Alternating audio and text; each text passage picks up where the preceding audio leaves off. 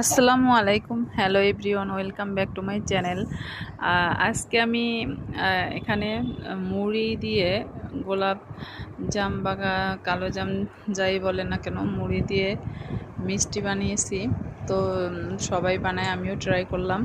এখানে আমি মুড়ি ব্লেন্ড করার পর 1 কাপ মুড়ির পাউডার হয়েছিল। আর আমি এখানে মুড়ির সাথে দুধ এবং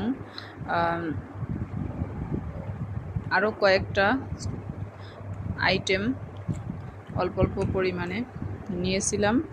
আর তারপরে আমি এটা বানাইছিলাম। মিষ্টিটা এমনিতে অনেকটা ভালো হয়েছে, মুড়ির হিসাবে অনেক পারফেক্ট হয়েছিল। টেস্টও আলহামদুলিল্লাহ অনেক ভালো হয়েছে, এতটা আশা করি নাই। তো ফাইনালি এই যে